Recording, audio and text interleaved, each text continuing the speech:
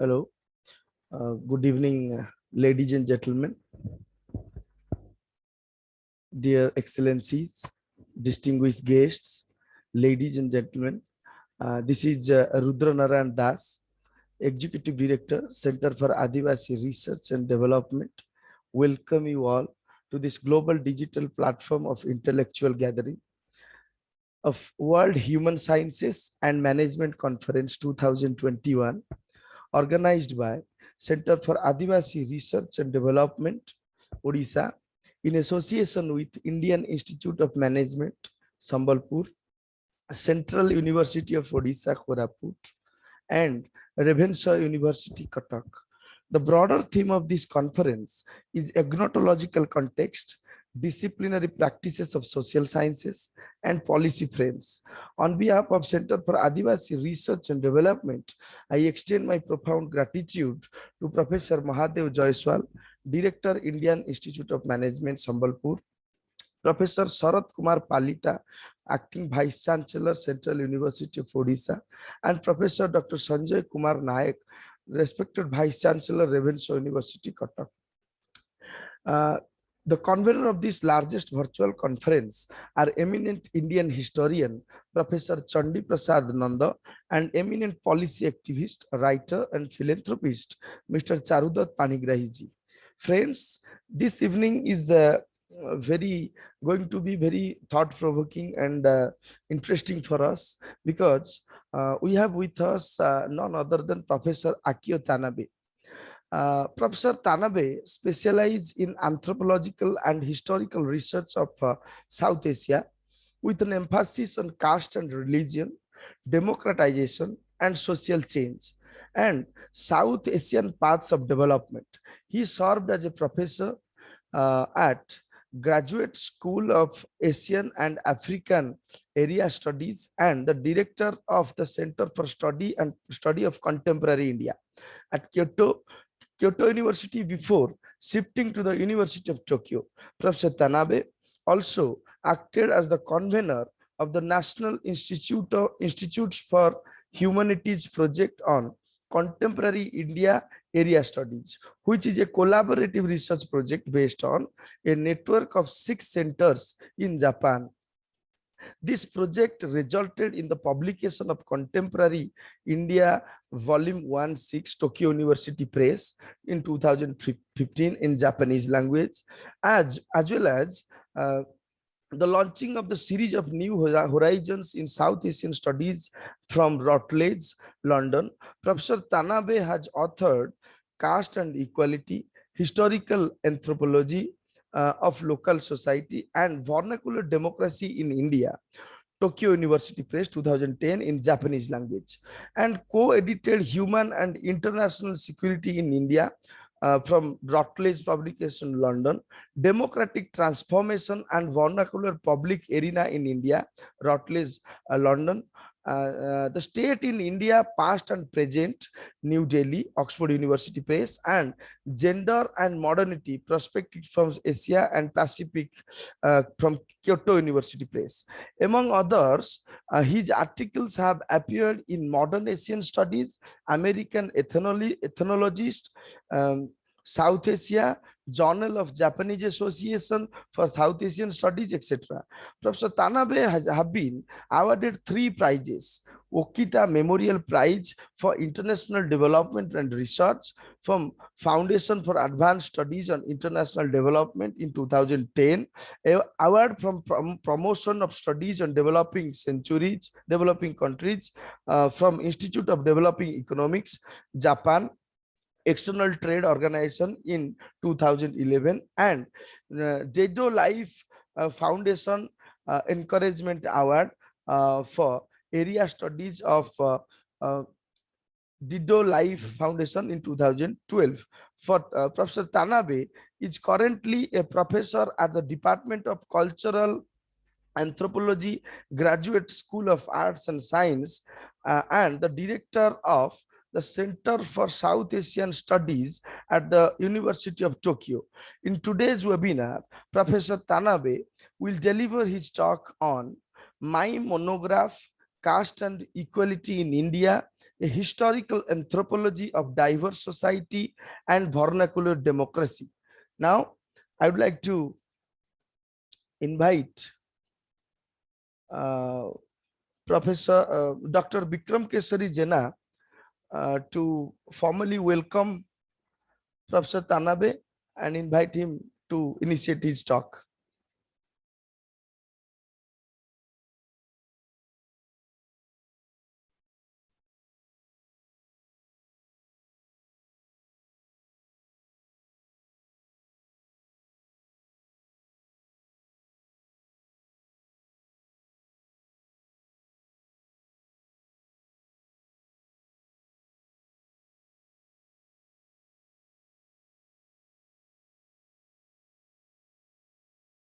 Hello. So I'd like to invite to our today's guest speaker, Professor Akio Tanabe, to initiate his talk. Over to you, Professor Tanabe.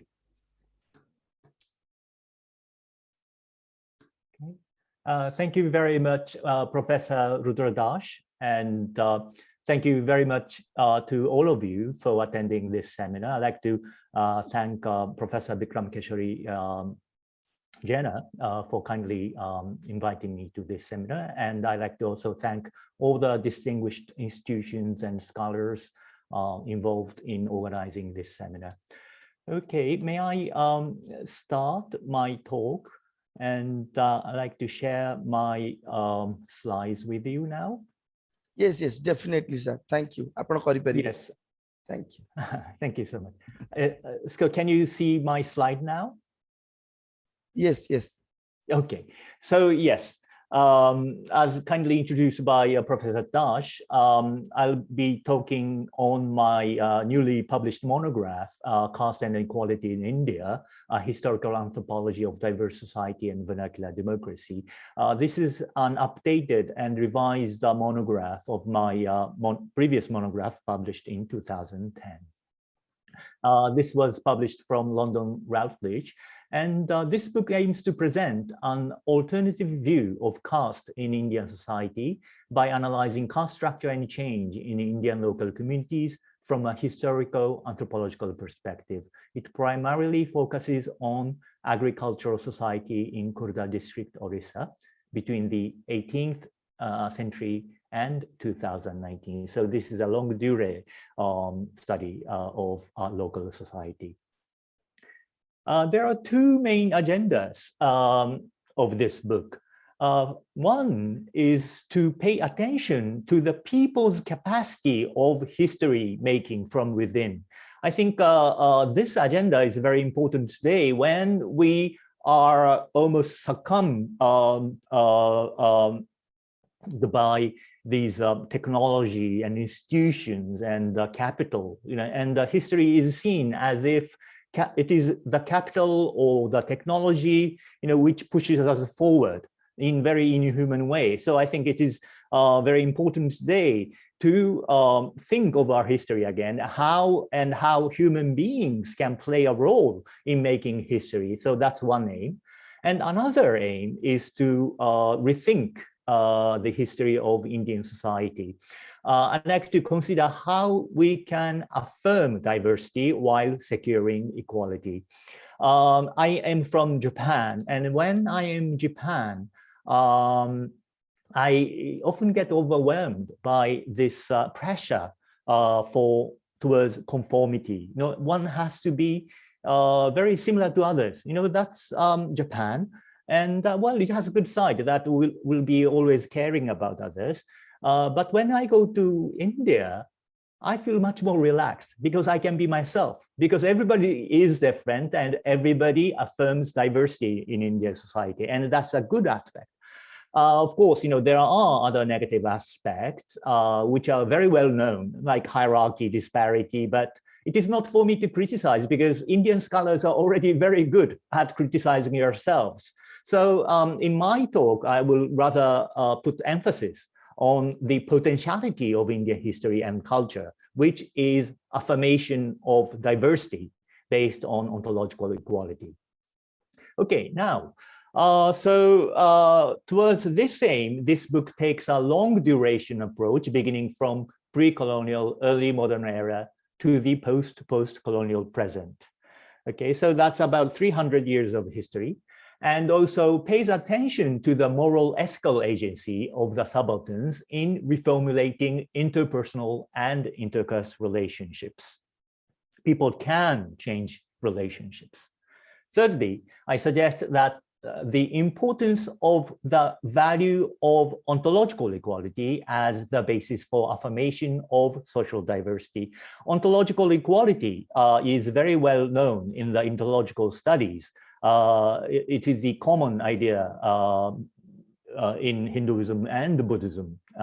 So for East Asians like me and South Asians like you, I think this idea is very familiar. And my argument is that this ontological equality provided the basis for affirmation of social diversity. Okay, and fourth, I like to argue that there is an emergence of what I call vernacular democracy as an attempt at creative redefinition of caste from below as an alternative socio-political design based upon the recognition of deference while securing equal participation. So when I say vernacular, vernacular is the forms of life which is preserved in your life world. And there are certain ideas about caste that was preserved, which is not only about hierarchy, but also about affirmation of diversity. And I would like to argue that it is the aspect of affirmation of diversity which is getting connected with the idea of democracy, which put the importance on the equality of participation. So when I say vernacular democracy in India, it's a combination of both aspects in which there is a recognition of deference, but equality in the right of participation is recognized. And I will explain what I mean by taking up a concrete example later. Okay, so these are the chapters. And obviously, well, I will not be able to speak all the aspects of my book. I hope you will kindly have a look at my book in one opportunity. Well, today, in this limited time, I will try to go through what I have been trying to discuss in this book. So first, introduction. This is a result of my work of 30 years. I began my field work in Orissa, my research in Orissa in 1991. It is 2021, so it is exactly 30 years since I began working on Orissan history and culture. So when I was staying in this one village where I did my intensive fieldwork, that was in Goromanitri, in today's Kurda district, Zampuri district. Anyway, when I was staying there, one day I heard, these, shouts saying Goromanitri Zindabad, Goromanitri Zindabad. And I was wondering what's happening. And there was a grand procession of the villagers, passing in front of the house where I was staying.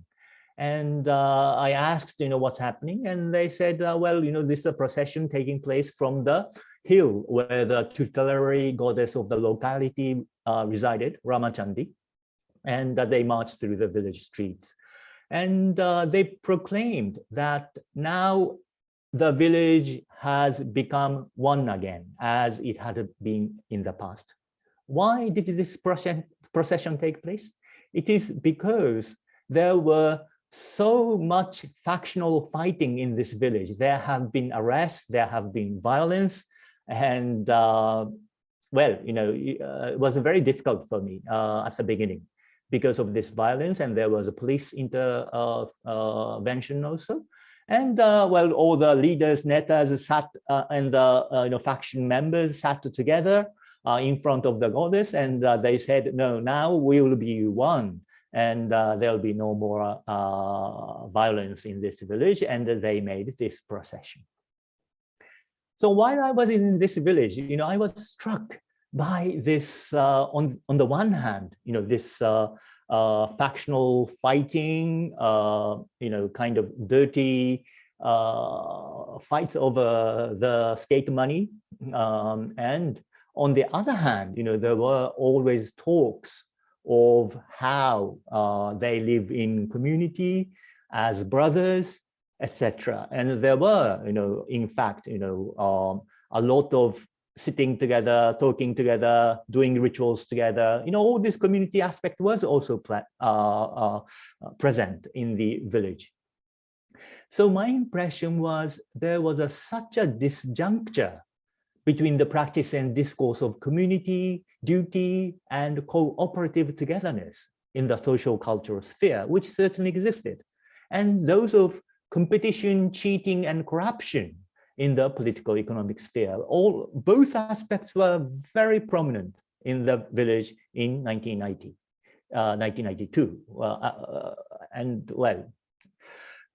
So my suggestion is that the post-colonial agenda for Indian society lies in mediating this disjuncture.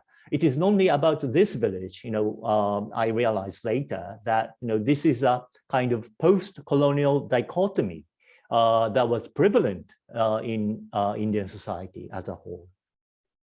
Well, this is a picture of Goromati, and well, you know about Kurda much more than I do, so I'll just show you this Ramachandi. It's a great rock form goddess. And this is me in my younger days, and this is my wife. And this, oops. So, and this is Uporosahi, where the actual fort existed, and these are the Kondayato people, the so-called Amaro Sahibai Mani. These are the dominant caste, who were very much involved in factional politics and who were very proud of themselves. Okay, so there were this post-colonial disjuncture, and my talk will be how did this post-colonial disjuncture appear, and how did India attempt to go beyond this disjuncture. So firstly, about the history from early modern period. When I say the early modernity, I call it early modern because pre-colonial was not a medieval. I say early modern because we already can note very, how do I say, features of society, economy, politics, which we can associate with today's world. There was an integrative process in which the state and local society, the coast and the interior, and human and the natural world began to be increasingly connected together. And this interconnection of these aspects represent early modernity everywhere in the world. And this happened from the mid-16th century in India. And so, but when we, in the prevalent early modern history, we often see this increasing connectivity as a result of the penetration of modernizing forces from outside. That is, people talk about how capitalism developed, how the state developed its capacity to govern people. So it is always the forces from outside which change society. But here I like to argue in another way. I like to argue that when we look at the early modern history of Kurda, we see that we want to see this history from inside out, how the frontier was opened from the interior of the forest towards outside, rather than outside forces just opening and making agriculture and sending agricultural products outside. This is a history seen from the port city, from the perspective of capitalism. Instead, I'd like to see how forest dwellers responded to new opportunities and availed their environmental knowledge and martial capabilities to become warriors, peasants, and herdsmen. And they enabled the state and social formation from below. In the course, social and ecological spaces opened at the interface of the coastal plain and the interior forest with diversification of resource utilization and life rays. I'll quickly talk about the legend told in Goromariti. This shows how there were movement of people who are forest origin, and they became warriors and the scribes and the peasants. So in this Goromariti, we hear that there were 4 brothers from Atagoro, which was one of the little kingdoms, and they were searching for territories to rule in the Kurda kingdom. And people talk about how they carried the king's palanquin or saved the queen by taking her to forest. These episodes indicate that they are not from very high origin. Carrying palanquin or knowledge of the forest, they indicate they are from the forest, or doing different jobs and then trying to go up in the ladder. And later, the legend goes that they were successful in conquering the fort of Kanjia by attacking it when the 18 brothers of the fort were bathing in the pond. This is very much talked about in Kurda, at least in the 1990s. And this also shows how they were not afraid of making so-called adharma attacks. And they talk about how the 3 brothers were given Atri, Bajpur, and Kadaribari, but the youngest had to look for a fort himself, and he received blessings from this Ramachandi Devi, and conquered Goromariti, and this was annexed to Kurda. So these are legends, I think, which reflect some historical facts, and a lot of historical facts, show how there were these people of forest origin looking for roles, offices in the then emerging little kingdoms. And how they became warriors and got entitlement there. So this is the Kurda kingdom and the feudatory states. So you know about this very well. And this is the districts of Kurda kingdom, and the Goromariti is here. And I'd like to also show you that many parts of the Kurda kingdom was forest-based. There were Mahanadi River Delta on this part, and of course, Puri is part of it. But this Delta part, a lot of this Delta part was Mughal territory, and a lot of these little kingdoms were based in the forests only. And these forests are the sites where main fortresses are located. So this is the location of forts, which I did field work and also interviewed people and located these fortresses in Kurda kingdom. And you can see that most of the fortresses were located in the forest area, and not many in the delta area. Okay, chapter 3. So how did they manage, these diverse people? So I was talking about how these forest people became peasants, herdsmen, warriors, scribes, etc. So there were diversifying of these roles, and then Brahmins came, and artisans came, washermen, potters, all the different castes also came and stayed in these villages. And how, so there are many diverse population in the territory now. And how did they manage this diversity? I like to suggest that it was through the system of entitlement, which prescribed the rights and duties of community members who offered administrative, military, economic, ritual, and religious services for the local community, and the state in lieu of shares of the local produce. Share is bhago.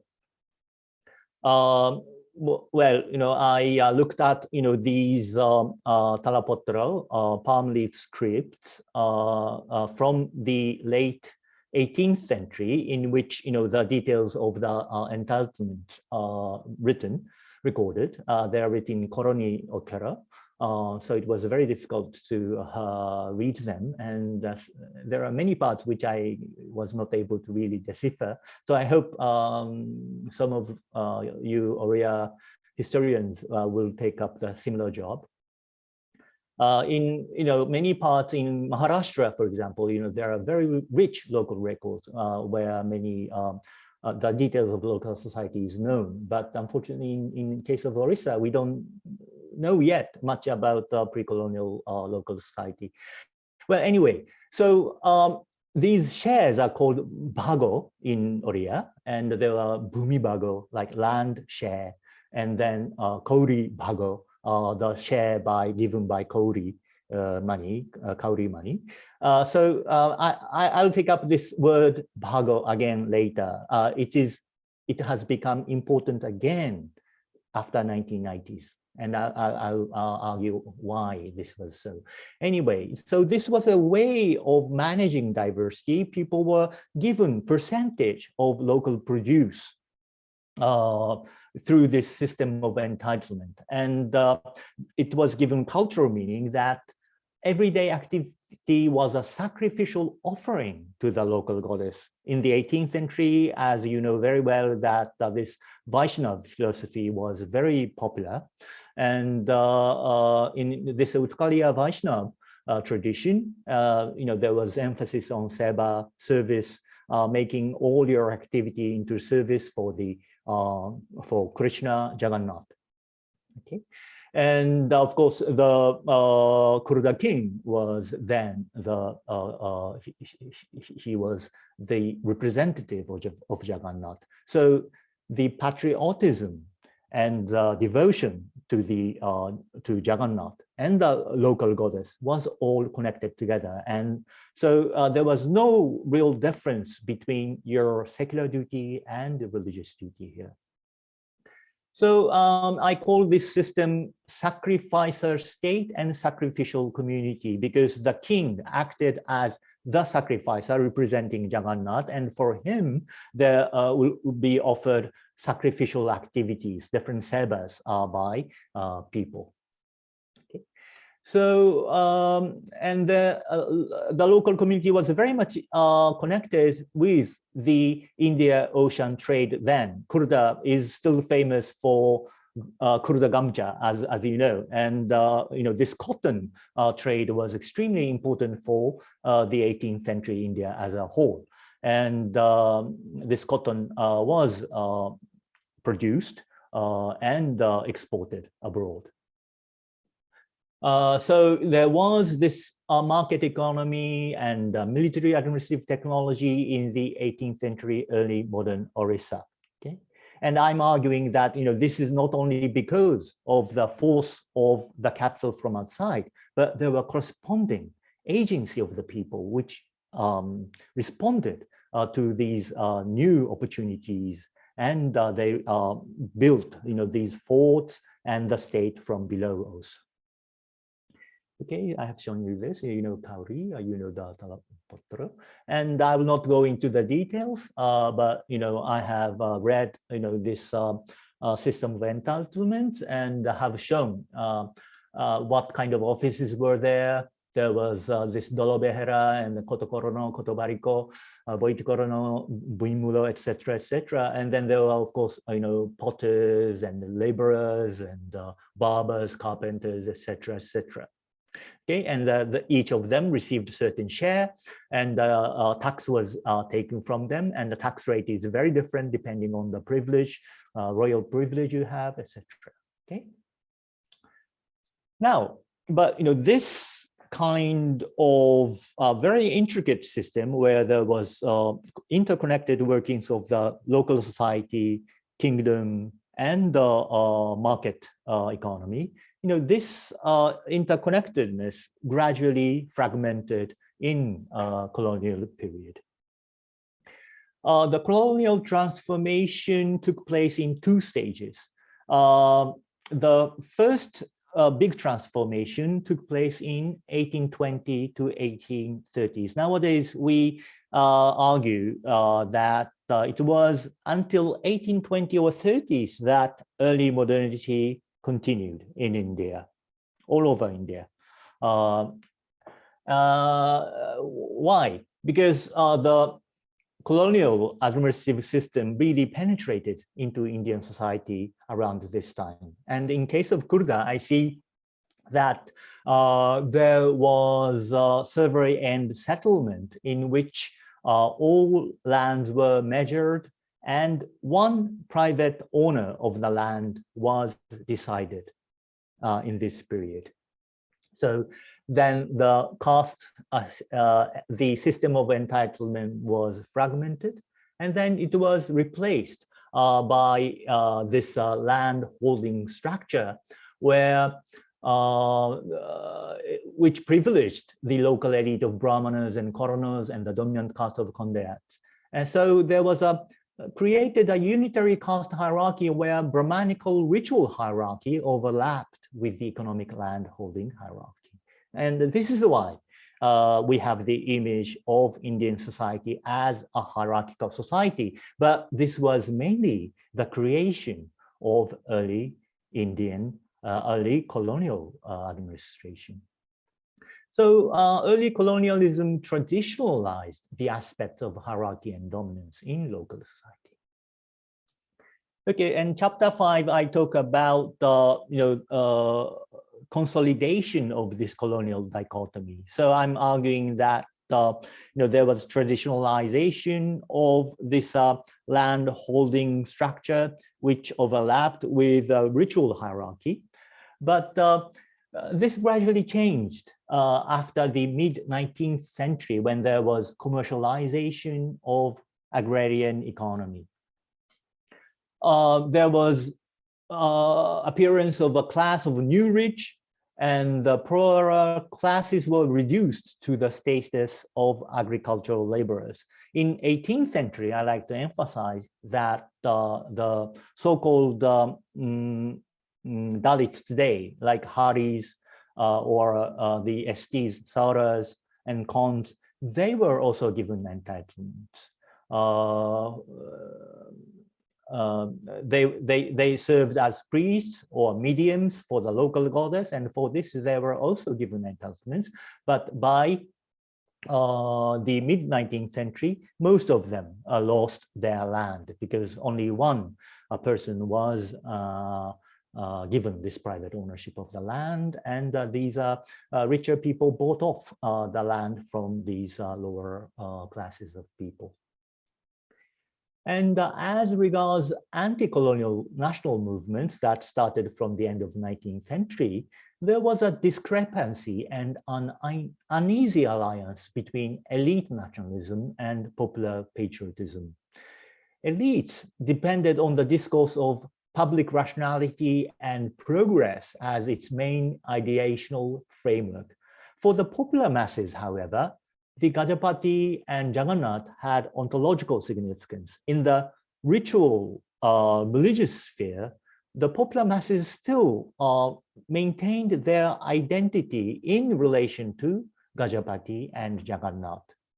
So I will not be able to go to details. So there was some overlap when from the 1880s, elite nationalists also utilized Gajapati and Jagannath.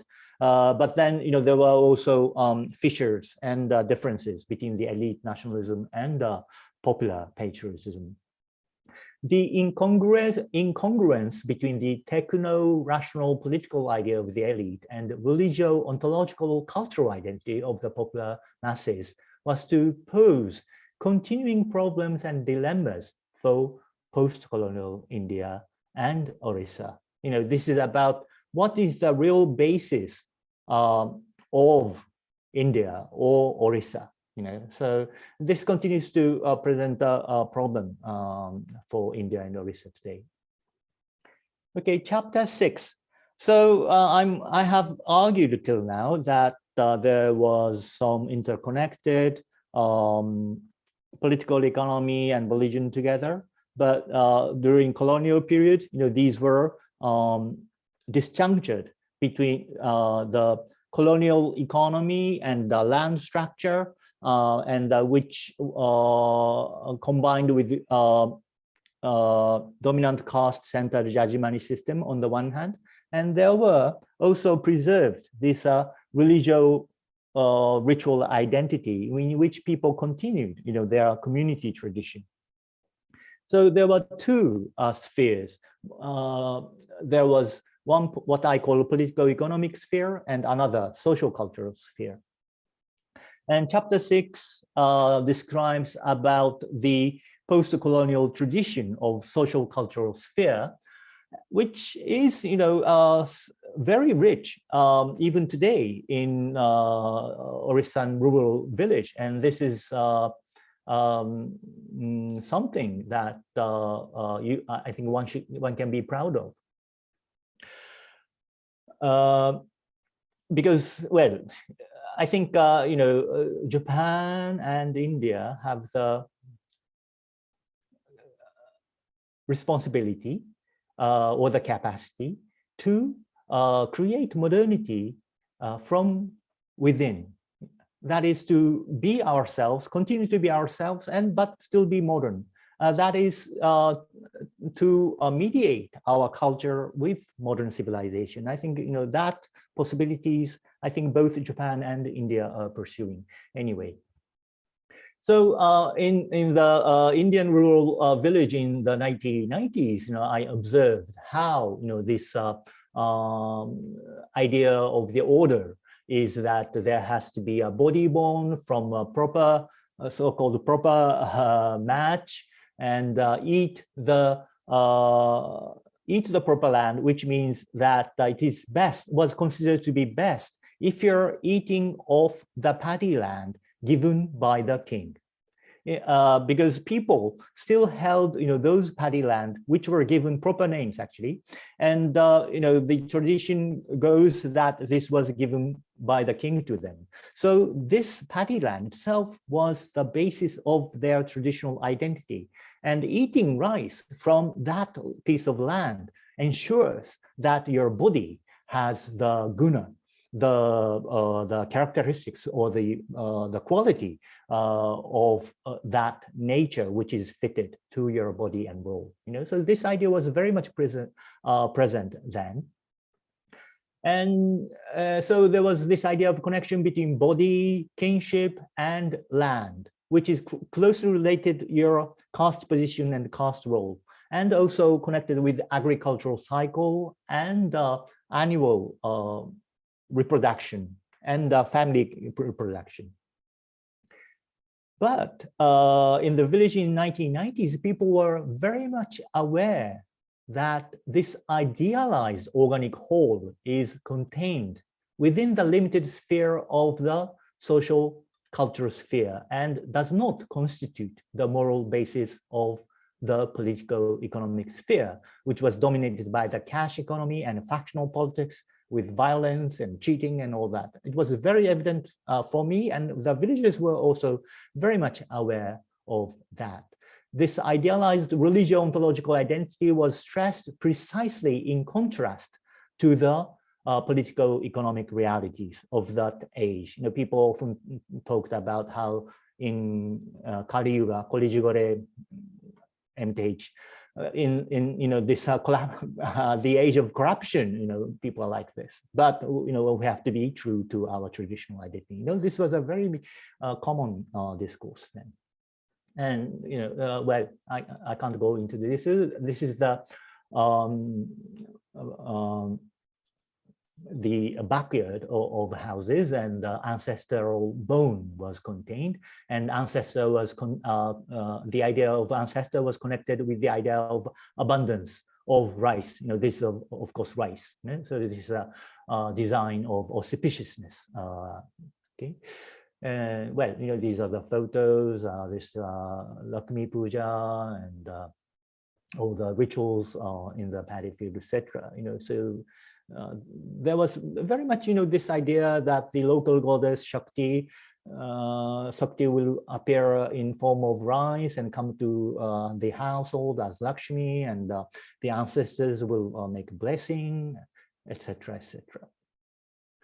On the other hand, as I said at the beginning, there was, this aspect of cash and faction, violence and cheating in the village in the 1990s. So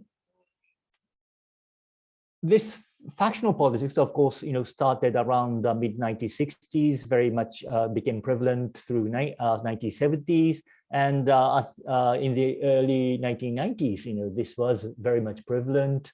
And almost all the dominant caste members participated in factional politics in order to embezzle some of the state budgets.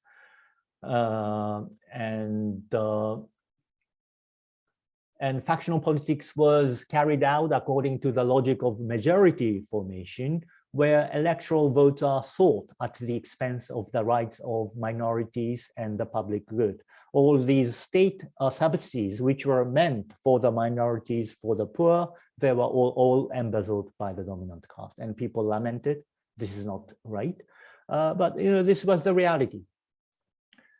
So in this very fragmented picture of the village society in early 1990s, there was on the one hand traditional identity and the talk about communal community cooperation. On the other hand, there was this faction and market economy with cheating and violence. So I'd like to suggest that the agenda for post-colonial India was to mediate democratic institutions and values with embodied cultural ethics. Because democratic institutions were a place for factional politics, for egoism only, and it did not reflect the democratic ethos at all. And there was, on the other hand, these goodwills and brotherhood talked about and practiced in this ritual sphere. So I'd like to suggest that how we can mediate, these embodied values with democracy. That was the agenda of post-colonial India. And as an anthropologist, I'd like to suggest that we can see the kind of cultural resources, the kind of values that were available in society can be seen in rituals. And I will talk a little about this goddess Ramachandi festival. This ritual has three phases. Firstly, there was the arrival of goddess, and well, this the medium is Sora, the tribal, and the priest is Konda. And so in the body of Sora, this goddess enters into the village. And at this point, everybody is equal in front of goddess's power. Even the chief who challenged the goddess by putting a king's sword in front of her, saying, if you're really a goddess, try to pick this up. And then this medium goddess picks up the sword very lightly and starts swinging and dancing, and there's a haribolo, and then even the chief has to prostrate in front of the Sora medium and her the goddess. And this drama is enacted even today. This really shows that there is no hierarchy in front of Mother Goddess Shakti. And there is this idea of ontological equality. But then there's intervention by the Brahmanas, and then this medium leave the sword, and then this sword from then is worshipped by the Brahmana. Okay, so this affirms the value of hierarchy and the supremacy of Brahmana. And in the third phase, there is the entry of the royalty. So chief was defeated by the goddess, but then the king offers sacrifice to the goddess. It's called Sarkar Boli, the royal sacrifice, which the goddess accepts. And then this fruit of this offering is distributed among the villagers as the prasad, sacrificial meat. I think which represents the value of the centrality of power. And after this, the converts make a pseudo-military procession with the sword in their hands. So I argue that ritual can be seen as an enactment of the sacrificial drama of regeneration, where the three values of equality, hierarchy, and centrality unfold and interact to reproduce the community. I'll quickly show you the photos to just give you the image. So this is a sort of medium Colisi, and these are all Condato people, who are very proud in other days, but they bow to the goddess in the body of Sorobidin. And this is a kocheri where the king used to come and stay. And this is a Ramachandi goddess in the village temple. And this is a Kondo priest, Pujari. And this is the Kalisi who accepts the offerings, the sacrifices. But the Brahmin intervenes, and then Brahmans do his rituals.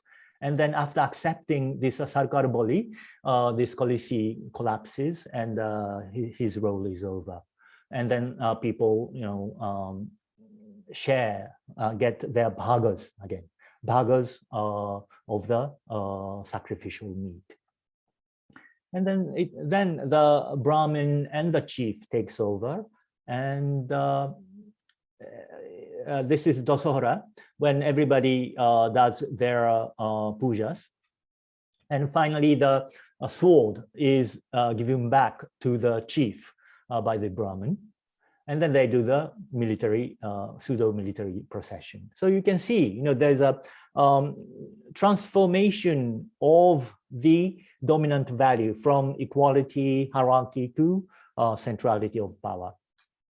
Okay, so I like to suggest, these are the so caste is not only about hierarchy; it's more, it's also about power, but also about ontological equality, how different castes get blessings or the power of regeneration from the local goddess, which is again connected with Jagannath in case of Orissa, and how people take the bhago as their livelihood basis, and also establish their identity in relation to that Shakti. Okay, how so did people use these different cultural resources in reformulating intercaste relationships? So that's the topic of chapter 9 and 10. Chapter 9 talks about how there are attempts by lower castes to renegotiate with the dominant caste of their intercaste relationships. For example, we often talk about the collapsing of judgment relations by the market forces, but it's not really market forces per se. In the case of when I see the microhistory of the local society, it is actually the lower caste people themselves who negotiated with the dominant caste to change from the customary fixed payment to piece by piece sales of their services. but they have kept their ritual duties different from these transactions, market-based transactions. So it is people's actual choices, that made the transformation of these judgmental relationships. Okay. And also, when I said they kept the traditional ritual duties, but there were also attempts to redefine these ritual duties from below as well. For example, cowherds used to carry palanquins for the gods and goddesses, but also they were made to carry palanquins for the dominant caste for their marriages till the mid-1970s. And they tried to refuse that. I was told this is history by these cowherds, because they said our duty is only to carry palanquins for the gods and goddesses, but not for the dominant caste, for the human beings.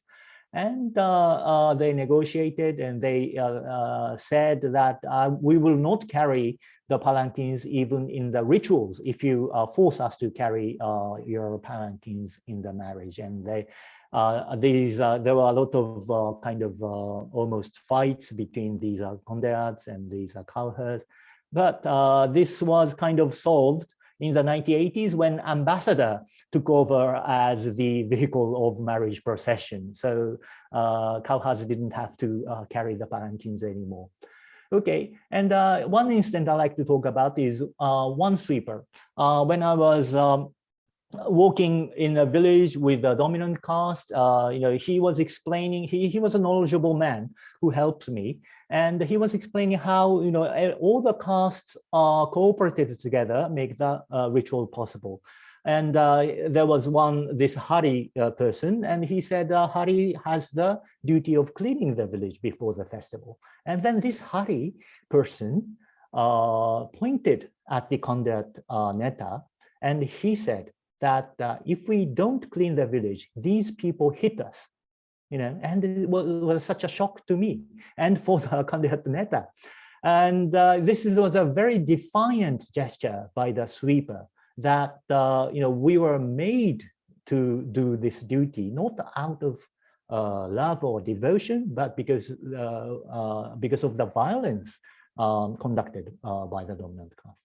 But I'd like to add, the same sweepers and young sweepers do not do the cleanup job, but they are very happy to play the drums for the goddess. They proudly say that unless we beat the drums, the goddess will not come to our village. So there were conscious choice and negotiation of their position and identity in the village from the 70s to the 90s.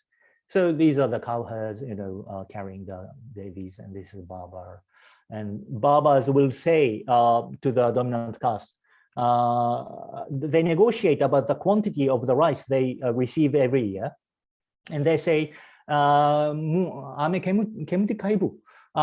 can we eat? How can we live with this much of rice? You have to give me in order to maintain our life. So this insistence on to be able to eat was a very strong argument in this village. I think this is also based on the value of ontological equality. And also, you can also remember Lakshmi Purana, how Lakshmi, for Lakshmi, devotion was the only value, so there was no hierarchy there, So this eating, maintaining life in front of the goddess, I think this was a very strong value, which was very much present in the village.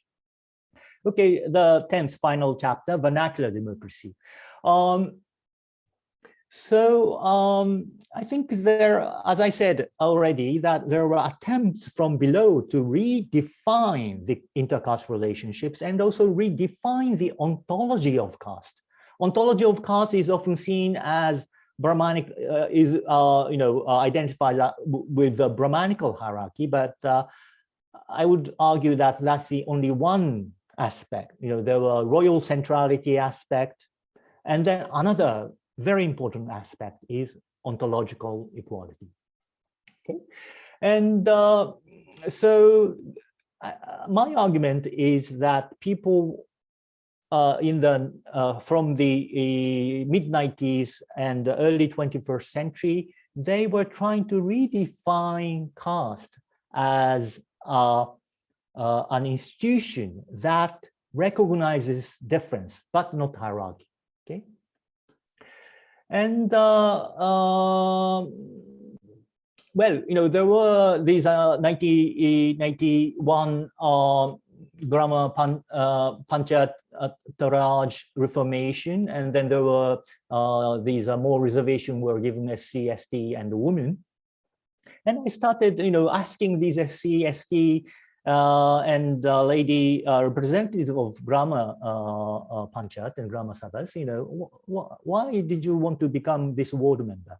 And then they use a lot of these words like Kortobya, Seva, and Bhago. And I was surprised. These were the very words from my historical work. I knew that these words were very important in the 18th century Orissa, and they were coming back. But when I first heard these words, I thought, oh, they were talking, these are cliches, they were talking as if these are good things, because these are knowledge of Bhagavatam and Bhagavad Gita are very much there, and people like to talk about these good things. But later I realized that, this is not just, saying the religious cliche. By using these cliches, actually, they were devising ways in which they were never criticized, because nobody can criticize doing Kortobya or doing Seva or receive one's bhago. But actually, they were trying to assert their right of equal participation and receiving the what is due to them from the state. So, like one person, Babar said, there used to be so much factional politics in the village. That is not right. I do what I have to do as service, seva. It is for the village I do my duty, Kortobya. Or one person explained, this is Sora, husband of a ST ward member, and he said, the government budget is given ward-wise, work comes to the wards one by one. In our hamlet, the work of road paving came in that manner. Everything is distributed according to quota. He used the English word here, but it's same as bhago. And large wards gain more according to their share bhago. Everything is like that. So he's explaining how these state budget comes and then distributed to different hamlets, and different hamlets, of course, represent different caste. Okay, so he's here insisting that they should be given. All hamlets or castes should be given their shares, bhagos. Okay. Okay, so I like to suggest that this is an insistence by the lower caste to their right to participation and a share in the democratic politics. So this egalitarian sacrificial ethics is presented today from a subaltern viewpoint as the new foundational idea for the democratic local community. So we often think that the democratization is about secularization only, and religion is about Hindutva. But what I see in the local society is different. They are utilizing these cultural resources or caste religious idioms in order to insist their democratic right. And I think this is a very creative act by the lower caste to connect their cultural resources with democratic institutions and values. So I like to suggest that what we are witnessing in contemporary India may be the creation of a vernacular democracy based on the creative mediation by the people between embodied cultural resources, like these seva, bhaga, or kortobya, nobody can deny. And it is very much embodied in their practices. And they are connecting these ideas and practice with the ideas and institutions of democracy, in which people should be given equal rights of participation and shares. But here, the ingenious creativity is that they are affirming diversity. They are recognizing differences. At the same time, they are asserting the right of equal participation. So it's not about getting out of your tradition, becoming more rational, secularized, and be equal citizens. It's being yourself and also getting equal rights of participation in democracy. And this is how I see the potentiality of connecting your culture with the modern civilization. Okay, so conclusion. I do not want to repeat what I have already said, so I'll be quick. The emergence of vernacular democracy indicates a post-colonial transformation because post-colonial India was disjunctured between the corrupted political economic sphere and these social religious sphere in which there was dominance of the dominant caste and Brahmins. But then there are, on the basis of the value of ontological equality, the lower castes are attempting to change both and mediate these social culture sphere and political economic culture together. Through this, they are trying to affirm diversity and at the same time insist on the equality of participation. I'm not saying that this is a happy end story because, as you know, there is so much antagonism, conflict, division, and there's a new majoritarian oppression from above as the subalterns attempt to raise a voice. So this is a continuing churning that is taking place in India, but I see a lot of potentiality here. The key to democracy lies in enhancing the capability of individuals for human agency and recognizing division and dilemma in society and ensuring participatory and enunciative space for the widest possible range of people. And I like to suggest that slowly India is leading towards this enhancement of enunciating space for the wider people. But of course, there is continuity of conflict and division, but the very existence and the political enrollment of plurality, conflicts, and dilemmas would be the conditions. If there are no dilemmas, we should worry. There should be dilemmas, there should be argument, there should be negotiations for the democracy that is always to come. So I do see a lot of potentiality in Indian democracy, but it will take a long time for us. For us, meaning these for those of us in Asia who have taken these ideas from the West, like democratic ideas, institutions, and to connect with our cultural traditions and make both our culture modern and make these democratic institutions into our culture. I think this is an attempt, going on attempt in both India and Japan. And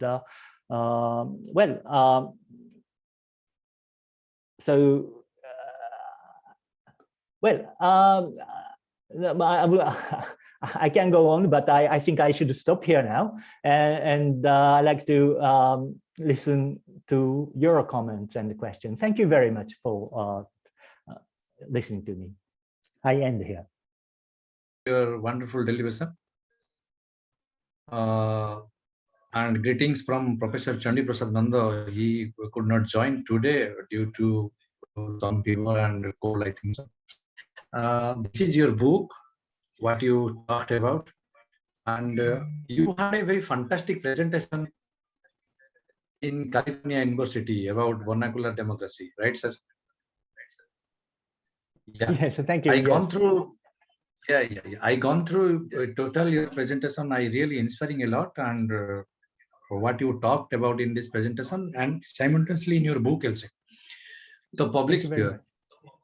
and the public sphere and this new political society emerging in post-colonial era, particular India and Odisha, right, sir?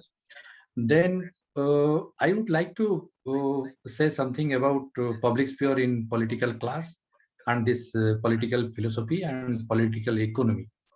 This constraint theories always bring some very pragmatic dilemma in terms of a new society is concerned. What is your observation during in field studies? You no doubt about it. You are a fantastic anthropologist and a very great ethnographical mapping of minds. When you cross-checking through the sources, what you find in field, what people talked about the political economy is concerned. My first question is that what political economy is concerned through your field studies, what you observe in field. Yes, your question is about when you say political economy, is it? Well, you know, okay, yes. Now, from the after 2010, I see that there are now new concerns of the people. After 2010, you know, people are no more really dependent on the state budget, state subsidies for their cash income. You know, people are more interested in, you know, getting jobs outside and you know, getting education and jobs. Okay, so there I see that there are professionalization of politics in, you know, village nowadays. You know, there are some few people, you know, who are really getting into politics and try to gain cash there, while many other people are more interested in getting education and jobs outside. But you know, all these are peasants, or what I call post-peasants. You know, they are not really the elite people. They are educated, but like kind of half-baked, so to speak, you know, so they are trying to combine. They are not able to get these stable jobs in formal sector, but, you know, they try to combine different small jobs and combine these you know, diversify their sources of income. So in my book, I talked mainly till the situation 2010, but in the case of political economy today, you know, there are new kind of aspiration for getting education and jobs outside. I don't know whether I'm really. Thank you so much, replying sir. Your No, question. it's okay, sir. Thank you so much. Yeah.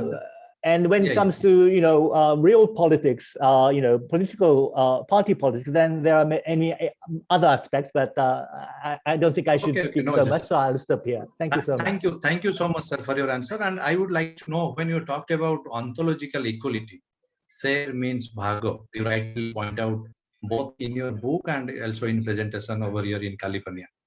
Sir, do you highlighted so many issues about this Dongriya Kand and their problematized related to land in terms of this Niyamgiri movement, and you highlighting so many times and so many in your lectures.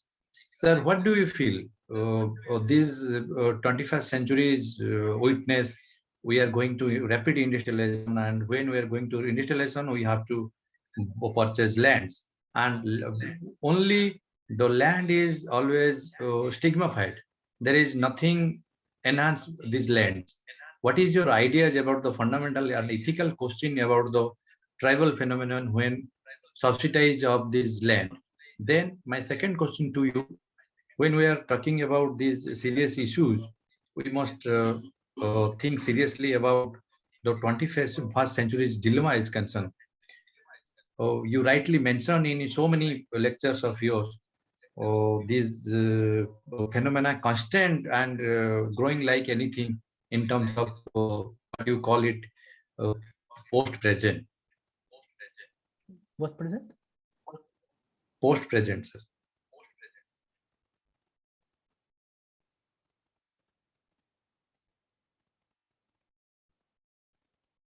Sorry, I'm not able to hear you.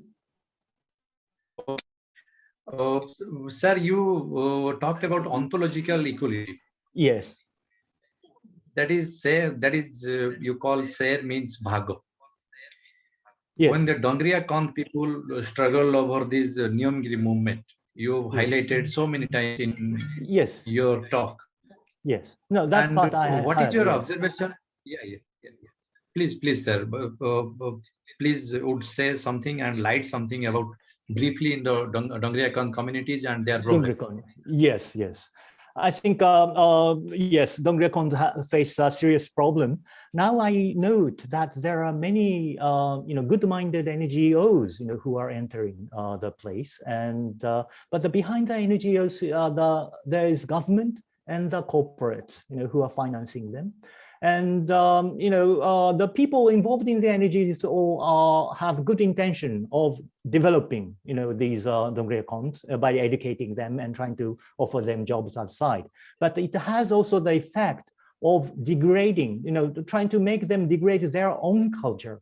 I think despite their own culture, they talk about how they have these blind beliefs on the Biswas. And people say how they should get out of this on the Bishwas. But I think that is really destroying their self-confidence in their own culture. I really hope that there will be such education that they can learn about their language, culture, and be proud of their history also, and also connect with the modern culture. This dilemma and the agenda is common to all of us. All of us have our how do I say specific history, culture, and we are trying to adopt to modern civilization. Why should Dongriya Kondo be denied of their culture and history, and they have to get out of the hills in order to be part of Indian citizen? I like to question this. And I think India as a whole is facing a big crossroad now. On the one hand, there is this big engine driving, towards efficiency and economic development, becoming superpower. But the potentiality of Indian culture really is diversity for me. That as I said at the beginning, one can breathe and one can be oneself in India. That's the hope for me that India offers to the world. And I really hope that India continue to be a place for diversity. And I really hope this dilemma will be people will be more conscious about this dilemma. This cannot be solved very easily, but I hope people will be patient enough so that you don't rush into just making everybody the same and make everybody modern citizens, in the modern capitalist society. To be useful in capitalist society is not so really nice. I mean, you should be yourself and benefit from the modern civilization. That's my really hope for the world and India. Thank you so much, sir. Sir, my last question to you, without wasting much time of yours, I think you are the right man to give the answer. Sir, in 1945, your Japan destroyed. And in 1947, our India got independent and free from colonies. Sir, what theory adopted by Japan became the largest superpower as number 3 now, constant? And why we should not? Well, I think India is heading towards becoming a superpower. I don't think you should rush so much, but I think the economic development pace is such that, already by PPP, this purchasing power parity, India is ahead of Japan already. In India surely will be number 3 soon. China, US, and then India. But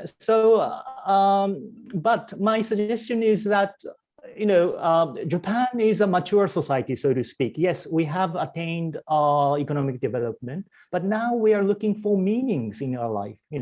And the meaning of life can only be attained, if your identity is sustained by your cultural values. By who you are and in connection with the larger existence. And India has been very conscious of this, but it seems to me that India is trying to see these traditions as outdated and trying to look for money and power.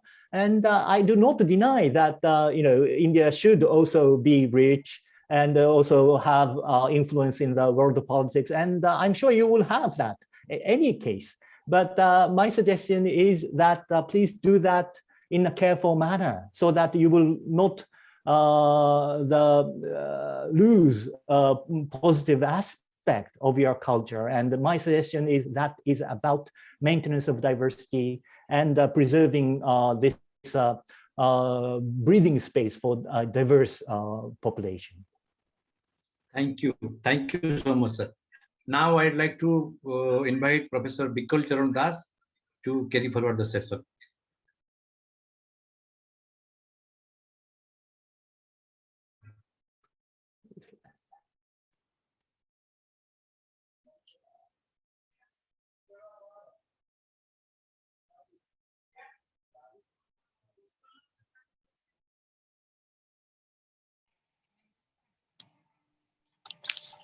Yeah.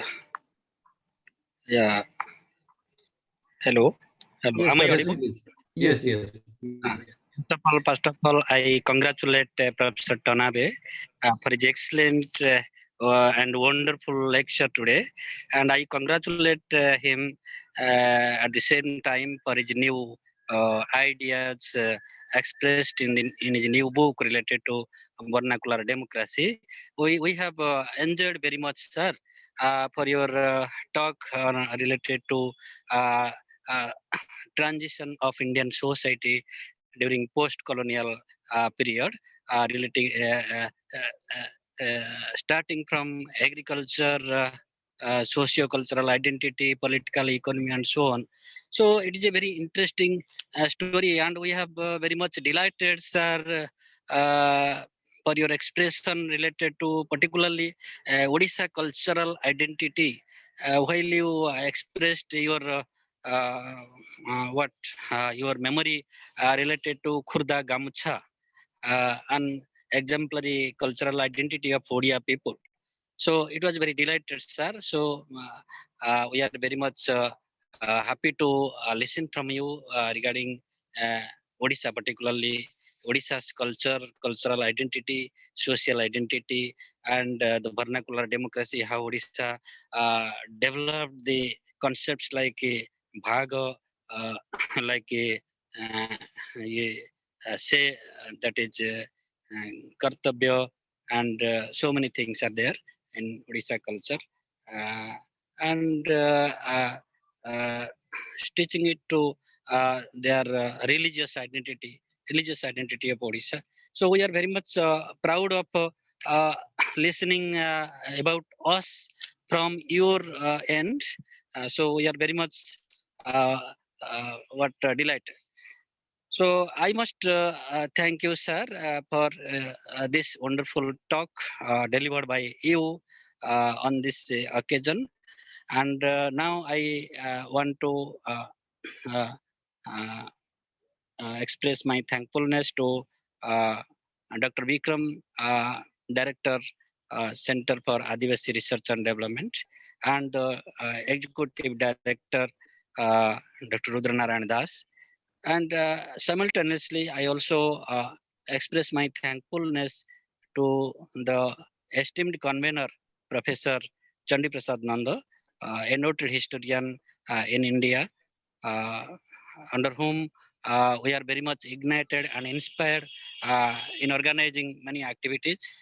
I must congratulate the Vice Chancellors of different universities, particularly Professor Sanjay Nayak of Ravensa University, Honorable Vice Chancellor, and Honorable Vice Chancellor of Central University, Honorable Director of IIM Sambalpur for their kind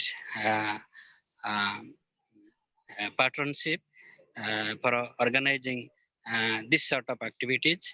We are very much thankful to our participants and organizers. Thank you very much, sir. Thank you.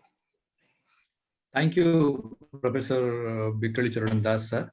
I would like to invite Shubham Das to only two questions in chat box. and some participant wanted to interact with you. Please, Shivam, ask question to Professor Tanabe.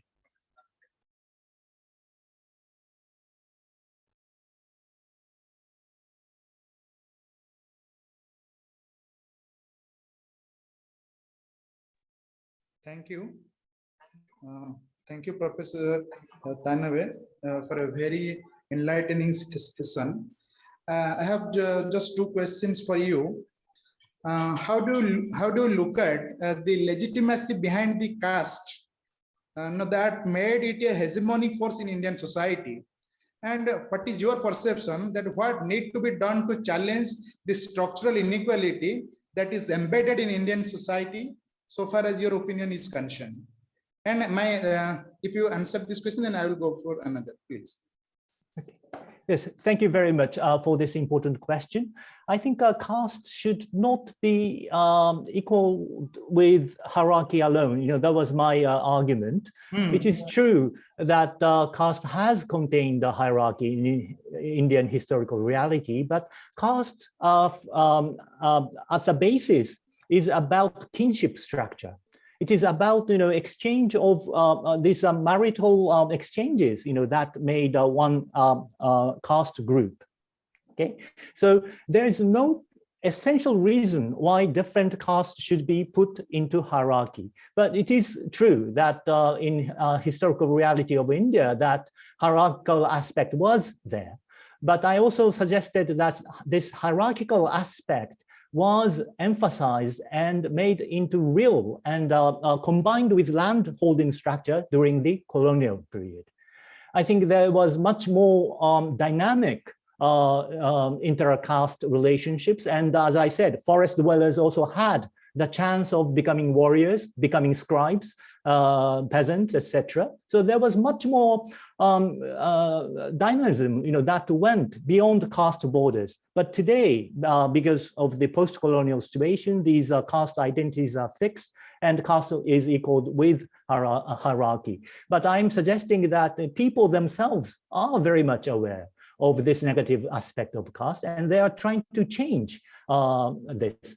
My suggestion is that instead of thinking that Indian history is all about hierarchy, so that we should deny Indian history, but try to look at the potentiality of Indian culture and history.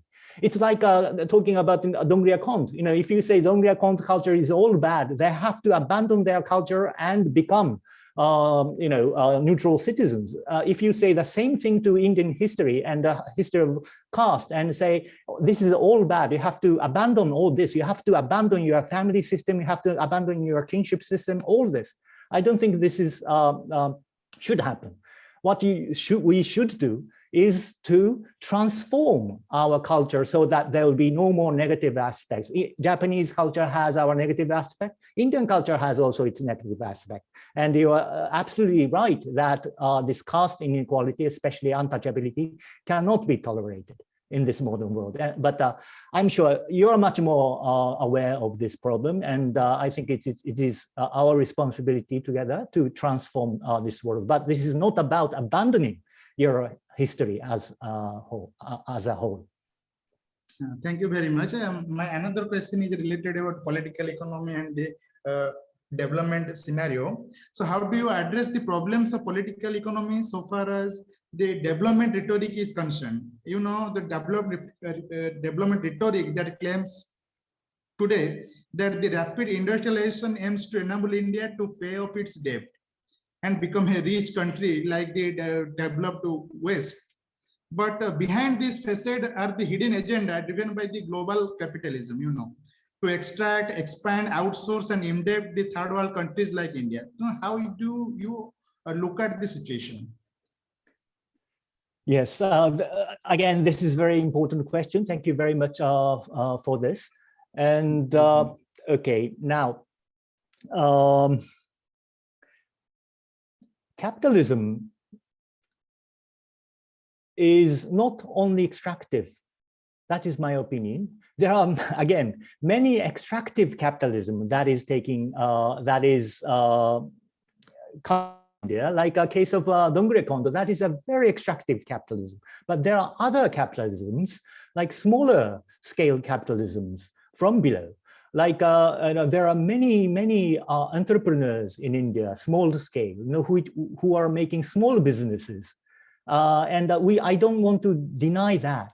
If we deny capitalism altogether, we have to go back to agrarian economy, and that is not possible for India. What we should do is to again try to make us limit to this extractive global big capital and try to bring in these small capitals to the people, so that these what I call the post peasants, these are people who are trying to make small businesses and trying to find small jobs in this so-called informal sector are more livable. Actually, I have recently written one paper on South Asian path of development. And South Asian path of development is about, again, diversity driven. It is about connecting, different resources and small capitals together, so that it's not really about everybody becoming white collars workers as you imagine in Europe or America, but it's about how people can combine, different small businesses, small jobs, and even agriculture, so that you can secure the livelihood and also gain more life chances in the world. I don't think you can deny the expansion of life chances to younger people, for which small capitals are necessary, like us going to study in the cities or study abroad, like interacting in this way with global citizens. I think for all this, we need capitals, but capitals should not be extractive. So how do we do that? I think that's the question. We cannot dichotomize between the extractive capitalism versus national economy anymore. The very national economy of India is very much globalized, but globalization doesn't mean that big capitals alone should extract cheap labor here. Laborers, so-called laborers, people themselves should be active agents in this expanding market economy, and I feel that is what's happening here. There is a simultaneous development of deepening of democracy, that is participation of subaltern people in democratic politics, as well as the participation of people in the smaller informal economy. And I see hope there that the people can take the benefit of this market economy that is very much expanding in India. Okay, I'll stop here, but I understand your question very much. My concern is also very much shared with your concern, especially when you look at Dongre Cons, etc. This extractive capitalism is very much worrying. Thank you very much. Thank you so much.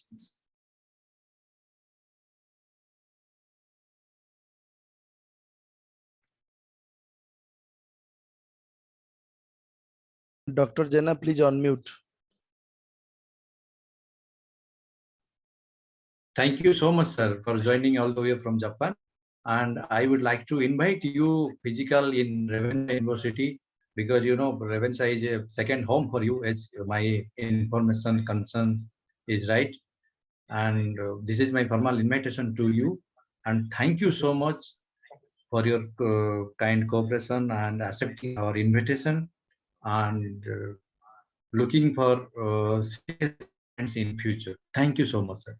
Thank you so much for your kindness to organize this wonderful opportunity. I really enjoyed interacting with you, and you gave me a lot of food for thought. These are very important questions that there is no simple answer, but I like to keep interacting with you and trying to find the answers together. Thank you very much again to you and everybody. Namaskar, sir. Namaskar. Namaskar, sir. Looking forward to meeting you in person. Thank you, sir. Thank you.